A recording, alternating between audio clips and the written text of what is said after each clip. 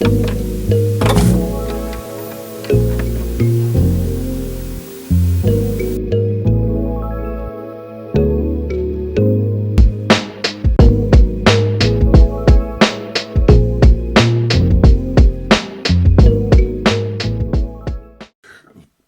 up? It's your boy T-Bird here in the reaction. Today is Music Monday. So I got time to do one more involving one from back again, L Train, Loose Kitchen though as well too. This time we're talking about a very, very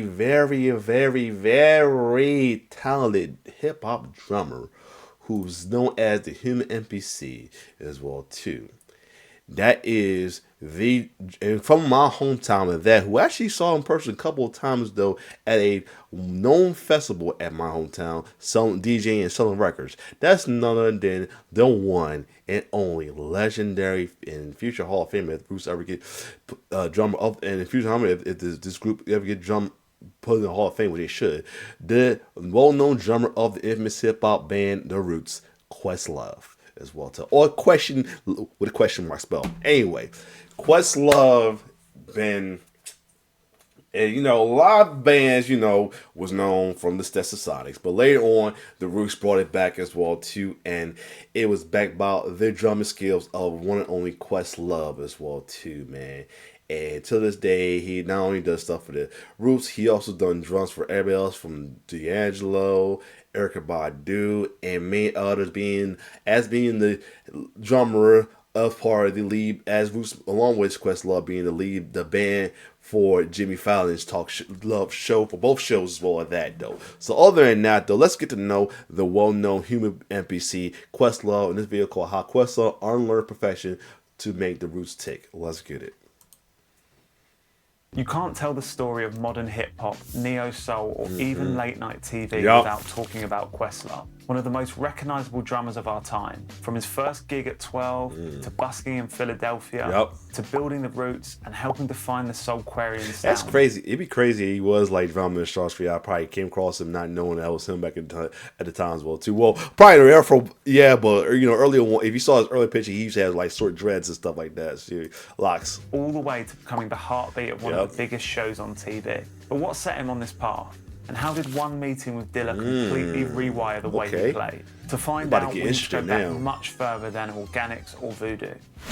Our story begins in Philadelphia in 1971. Amir Thompson was born to two working musicians. His mother, Jacqueline, a singer.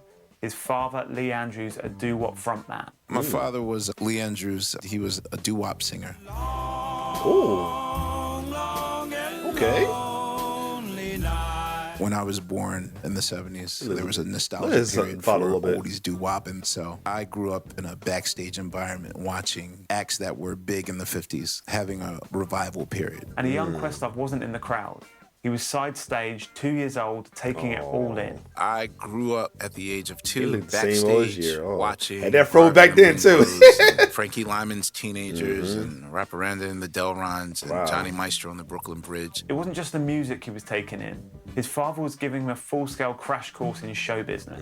That was probably the best education I ever had. My father literally groomed me for show like both his parents. He taught me how to read a Rand McNally map so I could navigate. I was human GPS by the age of 6. By 7, I graduated to wardrobe, how to steam, how to iron, how to clean suede and leather. By 9, he taught me how to cut light gels, and so I ran the light system. I was a 10-year-old kid in these nightclubs, getting ladders, setting up lights. I was the light director. It was almost inevitable he'd follow his parents into music. It wasn't until a late-night episode of Soul Train that he knew exactly what he wanted to be. Soul Train would come on at 1 in the morning, so I was allowed to watch from like 1 to 2 in the morning. When I saw the Average White Band, their drummer, Steve Ferroni.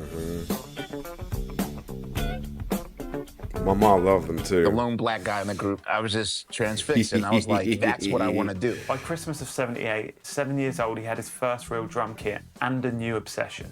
5 years later, the chance moment gave him his first shot on stage. One day when the drummer got in an accident and his arm was sprained, my dad just said, you know the show, so go play it. And I was 12 years old, and that venue was Radio City Music Hall. Questlove spent hours locked in on the drums, perfecting his craft. For a while, his path looked set. My father's dream was for me to be a session drummer. His favorite drummer was Bernard Purdie. Okay. Hey! Even when I met Bernard as a kid, you know, Dad used to always, come here, Bernard, tell this boy how you keep food on the table. Bernard used to always say, the 2 and the 4. But one afternoon in September He's still alive, 79, too. whilst listening to the radio at his grandmother's house, something unexpected came on the radio. I first heard Rapper's Delight at my grandmother's house doing the dishes with my sister. We thought it was Good Times by Chic. Of course. And suddenly they start talking.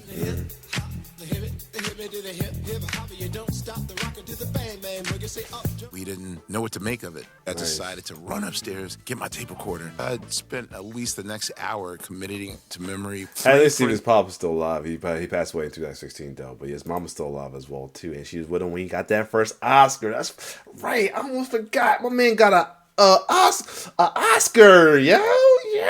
I forgot he's an Oscar winner. Friends of mine heard it, and we were trying to explain to the rest of our friends what it was. I performed it, and I saw the immediate effect of what it is to be popular. Paradigm shift is probably understating what that moment meant. As hip-hop started to take over Questlove's attention, he was still playing gigs with his parents at night and trying to figure out this new world during the day. Around that time, he met Tariq Trotter. Tariq and I met at Philadelphia High School of Creative Performing Arts. It was very much like what you think Fame or High School High was. He has this brilliant ability to freestyle off the top of his head. Forget me never cause I'm clever. Like young he was. Rough as leather. You wonder whoever or who is it yet? It is the one Black Thought, the mad exquisite. One day I lied to a girl about having a band. He was like, you got a band with who? With him. And I was at Amela Ray, his prom date. Literally from walking by, Ruthery. 2 periods later, I better cover my lies. So I ran upstairs. And if someone asked, we're a band, he was just like, okay. Questlove wasn't originally part of Tariq's circle, but he figured out a way in. Become the kid who tapped out the beats on the lunch table while the others rapped. Then by chance, a random moment on TV introduced him to a piece of technology he'd never seen before. In '85 of The Cosby Show, there's the episode where Theo and Denise, the car crashes. Oh, Stevie Wonder hits yeah. them to avoid a lawsuit, Stevie Wonder just has them to the studio. They come to the studio. And for a lot of us in hip-hop culture, this is the first time that we're seeing what a sampler does. What sound do you think a giraffe makes? Oh, yeah.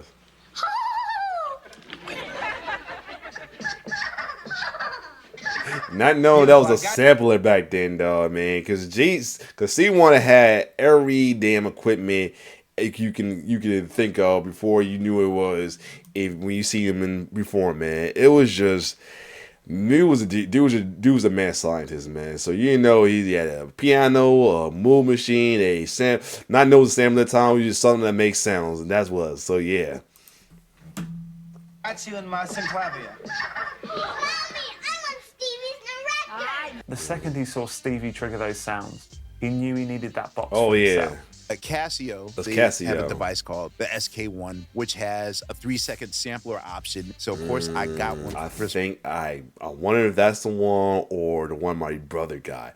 I think my brother got that one as well too, though. Crazy, yeah. These stuff you see now. Back in then, it was like see like kids' toys or stuff they have. You know, kids. I know it was like keyboards around these was like always in the Christmas catalogs and everything as well too. Not knowing stuff like this would like eventually be the shape of like music later on. Or at the time. Suddenly, I found out my way of entering that circle. I would run downstairs, back to the basement, and just do like kick, snare, sit down. And I was like, guys, look. Boo, boo, boo. Yup. Marley Marl was shaping the sound of hip-hop in '85. And now Questlove understood a bit of that Marley Marl magic. On the surface, he was still following his father's plan, playing shows, auditioning for elite schools. But underneath, he and Tariq were plotting something else entirely. Nice. When I came home from my Juilliard audition, some girl had mistaken me for this guy in a Spike Lee commercial. Wow. Nothing else to do, so I just thought. What were you banging on? Like 10K. I remember this commercial.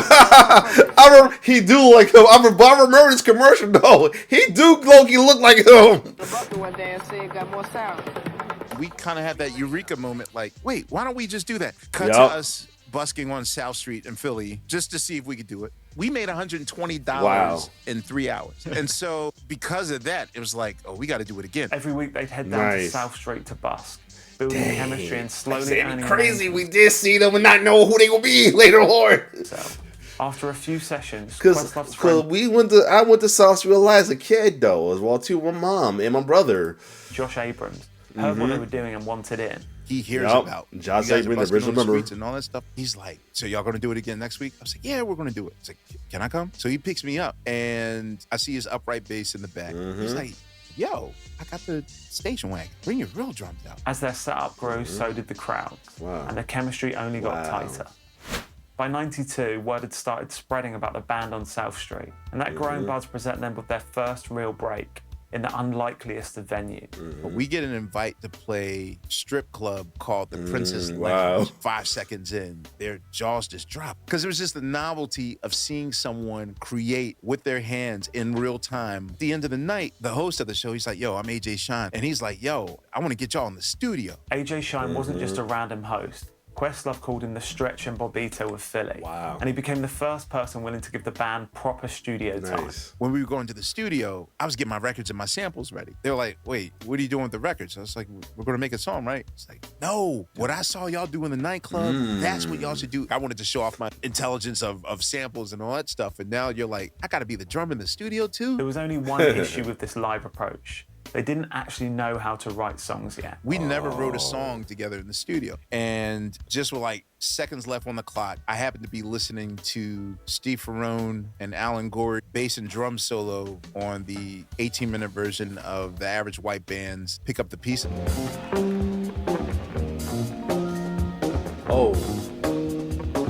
And wow, that explains the sound for if they want to talk about their first ever single. I played it for Josh, and I was like, just do this bass line in a whole different key, and that'll be past the pop. Yup, here we go. There we go. I heard about this lady, but still. That became their first ever recorded track, stitched together from whatever was spinning around Questlove's head that day. I did not know. Crazy. You would think that crazy how this was originally the original roots. Just Questlove, it just Black Thought, Questlove, bass player Josh Adams, and then I forgot the other rapper name as well too. And another rapper that they brawl on too though. Wow, I think this is way before we had the big band we got later on. Songwrite. It was just like, give me 5 minutes of silence. I'll think of something in my mental Rolodex. During the organic sessions, the Far Side dropped their debut album, and it left a mark on the whole group. Joe, our manager, he's like, this bizarre ride to the Far Side might be a problem. It's a song called For Better For Worse.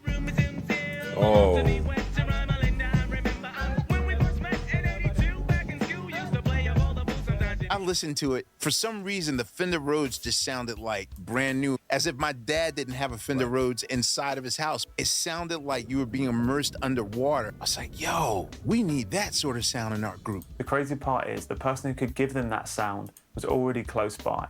I'm trying to find out the third member that was part of it. Oh, they had some guys like Leon Hubman on that first album too, though. Okay, wow, didn't know that. Well, that's interesting right there. Yeah, Keanu, what's his name? Yeah, what's his name? Because I forgot the name of the rapper. That's with them too. That's on there. Rapper. Kid Crumbs. There we go. Kid Crumb. That's his name. Kid Crumb. That's the homie name. Yup. Teenage keyboard prodigy who went by the name of Scott Storch. Yup. Richard would often do. Go back. I listened to it. For some reason, the Fender Rhodes. I did hear about Scott would be part of it. Brand new. As if my dad didn't have a Fender Rhodes inside of his house. It sounded like you were being immersed underwater. I was like, yo, we need that sort of sound in our group. The crazy part is the person who could give them that sound was already close by.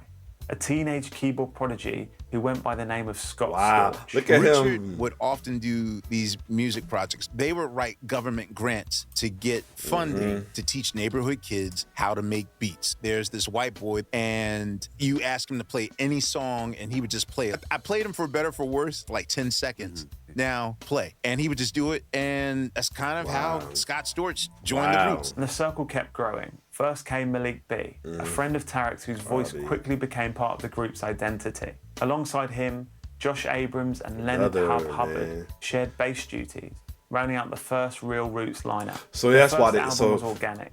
Oh yeah, so they was part of the organic group. Okay, nice. Because I look at I saw their name on there as well too. So self-released debut that didn't sound like anything else in '93. Circle on the mad train like a rain that's purple out storm. Never coming twice in one form. It got the Roots booked in Europe, including a slot at the Moors Festival in Germany that Malik helped land.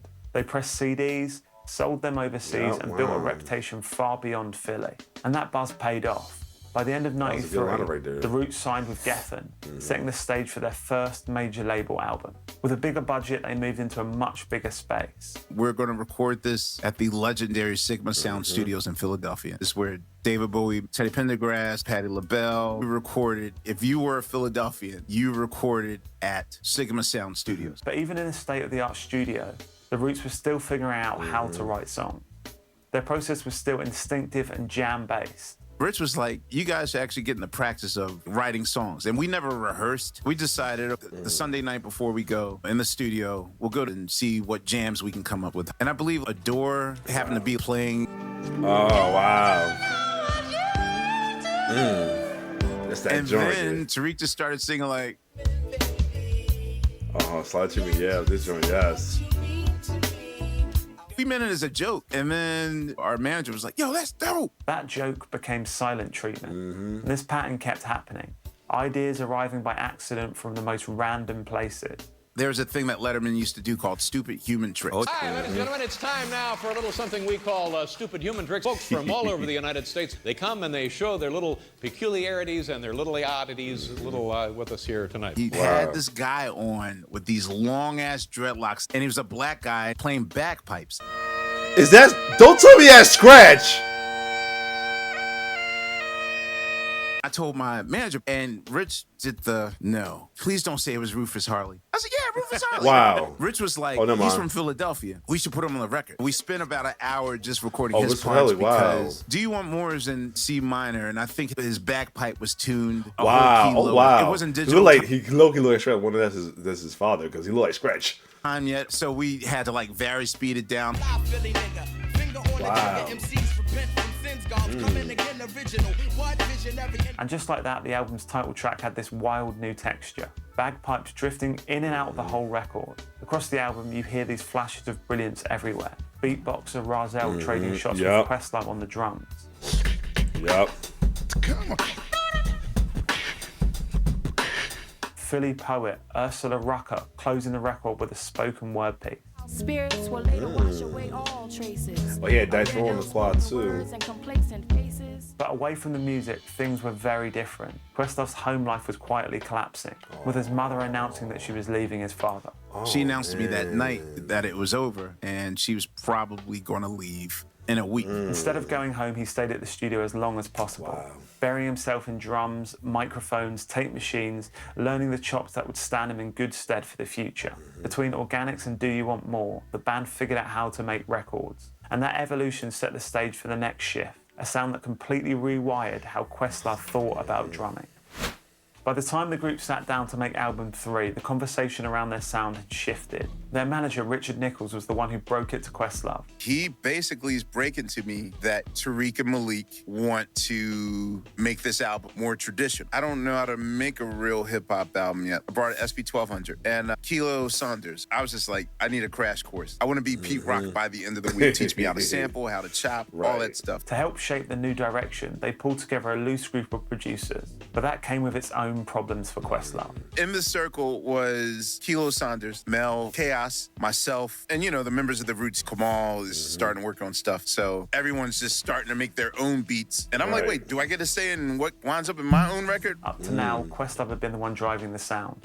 So giving up that control wasn't easy. I hear these 6 notes playing the thin walls that are above me. The clones, y'all. Yup, that joint clone. Ever the sound. Hold on a second.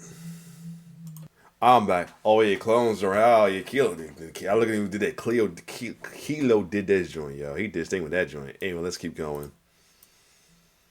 Just aggressive. You're gonna notice us, motherfuckers. This song is that. But then on the other side, I had nothing to do with the song. I'm a fraud. The band kept chasing that gritty, chopped up drum sound they loved in the early 90s hip hop. But no matter how they recorded, it never hit quite right, until Bob Power suggested a different approach. I kept stressing to Bob Power, I want to sound like, and I kept playing like Primo's low drums and all that stuff. He suggested, why don't you guys sample yourself? So we're going to play, and then we're going to take that, and then put it on that, and then we're going to sample it and treat it like a hip-hop sample. Eventually, despite all the back and forth over the album's direction, the music started to click into place, helped along with some collaborations from Common, Q-Tip, and D'Angelo.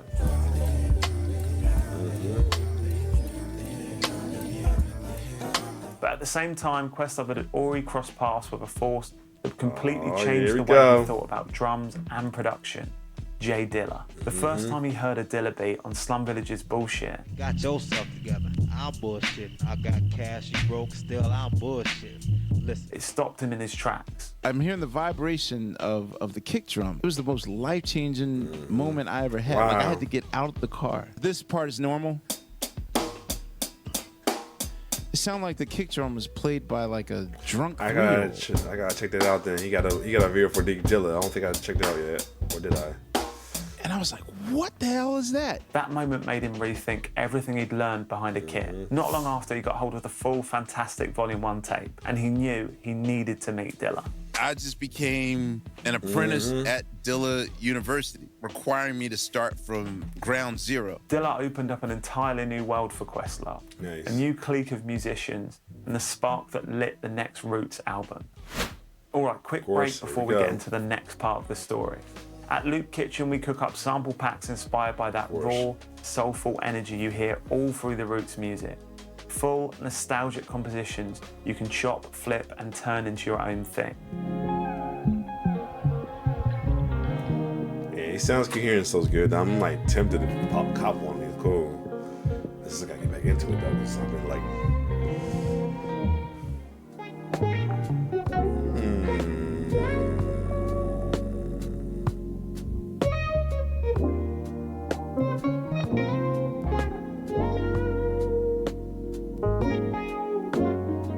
Right now, all of our packs are buy one, get one free with the code YouGotFree. Yeah, I get it, the puns are getting even more embarrassing every week. If you just want to test the waters, we've got free packs you can grab too. And if you're a producer or beat maker looking for a place to hang out, we've also got a Discord community, perfect for sharing ideas, getting feedback, or jumping into our beat battle. And the links for all of those are down in the description. By the late 90s, Questlove was busier than ever. The Roots were deep into their fourth album, but at the same time, he found himself at the center of a growing movement of musicians who were starting to orbit around Electric Lady Studios, the Soulquarians. In 97, early 98, I was like 65% voodoo, 35% things fall apart. My epicenter at Electric Lady Studios with D'Angelo is also drawing in like-minded artists and whatnot. So I'm like caught between two universes. When Things Fall Apart began, the Roots didn't sit down with a master plan. Instead, they hosted their own jam sessions, drawing Philly's best players in with the promise of amazing food. Chef Terry, we told him on Friday nights, can you come to Amir's house and cook? Because food is the language that will draw I think I heard this from Digging and Grace, a story about the Soulquarians. Like, gotcha. Here's some instruments. Let's have a jam session. And those jam sessions quickly turned into a who's who of Philadelphia. A 10-year-old Jasmine Sullivan, Jill Scott, Beanie Sigel, all passing through and jumping in whenever the music hit. Questlove recorded everything, and those nights became ready-made ideas that the band could flip into full songs. Those jam sessions, they will start resulting in, remember exactly at 10:16, that's why she got that joint at 15. We'll go back to the dats. That's why Jasmine was 15, it looks like 15, 16, she that joint, I Can Feel You When I Bring Your Hair. Yeah, it's because she's rocking them for a long time. Okay. Recorded from the jam sessions. Nice. A good example is Adrenaline. That was like a jam session staple. I remember telling Richard, we got to make sure that he does that and them rhyme. No, the bricks is in here. Where you hiding them? Don't die in the shit that you lying in. I used to get Oh yeah. And just like on their earlier records, they were constantly experimenting, trying things out, tweaking ideas right up until the final mix. In my mind, I was like, Step in the Realm is cool, but I need something. And I thought at the last minute when we were mixing, I said, yo, put all the music except for their voices on one thing, and I'm gonna do these false fades. Bound to get caught, and from this worldly life, you'll soon depart. The heavy heads, watch the ghetto As they worked through the album, Dilla's influence on Questlove's drumming was Nice. deepening, and he was even brought in to produce the track Dynamite. But Questlove still wanted to try his own version of that unique Dilla feel. The amount of painstaking blood, sweat, and tears that I had to reach for perfection for these normal-ass drums, I probably spent at least 300 hours. Joe Tarsia, the owner of Sigma Studios, who basically architects the sound of Philadelphia, he just happened to come in the studio and hears it. He's like, oh, I got it. This is Earl's Blanket. Earl Young. Most historians will say the first time that we heard the Boots and Cats beat, and he goes to my drum set, and he takes the blanket, puts it over the drum set. He's like, all right, play it now. Instantly, we couldn't tell the difference. Wow. That almost drunk feel was exactly where Questlove was heading, unlearning years of formal training and rebuilding his drumming from scratch. Now, one of the most important songs on the album was You Got Me, and the seeds of that track started in a little spot in Philly during an infamous poetry slam. There's a spot called Footwork. They'll have like poetry slams there. And Jill Scott was one of them Philly poets. She made one of the most glorious stage entrances I've ever seen in my life. Didn't know that Scott Storch was there. Instantly, Jill and Scott hook up. It was like, let's work on some music together. And it was sort of like, hey, come by the studio and listen to what we're cooking up. So I go there, and track number 3, I hear it. Wow, that's something. So Scott Storch still working. And that's when he's still working with him on this song. Nice. It didn't take Questlove long to realize the track was a hit, but the label had other ideas. The label was like, all right, we feel it, but who's this? It's like, Jill Scott. Oh, yeah. Who is Jill Scott? And the label was like, look, let's just really get some insurance down, because no one knows who Jill Scott is. Let's roll with Erica. Yep. And here's the thing, I get it. Jill Scott could have did it, but I get what the label was doing. They wanted some insurance. They knew they was somebody that they know for sure can get the job done. Well, not get the job done, sure that can sell and doing that. Unknown artist was going to do it though. That's probably part why Eve didn't appear in the video, just had her voice on there as well too. Because of that, so yeah, that's just I mean, it was definitely damn, it was still a blessing in disguise because because of that, Jill got still found a way to get recognized because of it as well, especially when she did the live shows and they did the infamous. My name is JILSCOTTETT. Yes, yep. But Questlove had one more twist he wanted to add, pulling from the time the band had spent living in the UK. Remember living in London and messing with like Digo and the 4 Hero Cats. Let me do some drum and bass thing, just like I was doing all this drum and bass stuff for Ronnie Size anyway. Shit, let's do that here. Oh yeah, that part in. Oh yeah, nice. I like the little experience. The process for the record was brutal. We're in this vortex of work on music in Philly, and then around lunchtime, someone's going to deliver the tapes from Larry Gold's studio, and then we're going to drive up to New York and start mixing at 7 in the morning and get it done by 3 a.m. Listen to the mixes as we're driving back to Philly, and then be back in Sigma to do the same thing. When the album finally dropped in February '99, that's a lot. The late nights and the new sound instantly connected. You Got Me earned the group their first Grammy. And the Grammy goes to R.I.P. Mark Clark You Got Me by The Roots featuring Erykah Badu. Nice. And the album was also nominated for the Best Rap Album. After almost 10 years of touring, rehearsing and experimenting, the band had finally delivered the record they'd been chasing since their earliest days. In the years after things fall apart, the Roots kept doing what they'd always done, shifting, adapting and rebuilding themselves from the ground up. What began as two friends busking on South Street became one of the most respected musical institutions in America. The Tonight Show turned them into the country's house band. I love the Roots. I love the Roots. I love the Roots. I love the Roots. I love the Roots. I love the Roots. Nice. Well, I love the Roots. Questlove evolved too. Drummer, producer, archivist, storyteller, and eventually an Oscar-winning filmmaker. But for him, it was never about accolades. It was about legacy, something his dad spoke about before he passed. The last thing he said to me was like, I can now go and know that you're going to be in the history books one day. Something I created is going to create something that's going to be here forever. If you want to dive even deeper into Questlove and the Roots story, check out the podcast What Had Happened Was, a whole season where Quest sits down with open mic Eagle and breaks down their history in incredible detail. And if you want more stories like this, check out our Behind the Record series in the playlist on screen. I do need to check that out. Exploring the producers, albums, and samples that shaped hip-hop history. All right, cool. Stop. Anyway, other than that, though, this was definitely sorry. Other than that, this was definitely a good story right here. A good video they did right here. I'm proud of them for this, yo. I mean, of course, I grew up watching the Roots, man. Saw them in concert, seen Questlove in person at South Street during Odun Day as well too. Everything, seen them from where they came from, with being the hip hop band to now being the leading band for a talk show, getting Oscars and Grammys and everything, man. I think they're in the Rock and Roll Hall of Fame. They should be. They should be. I mean, let me see. Are they? They should be by now. If not, then damn, it's been due right now.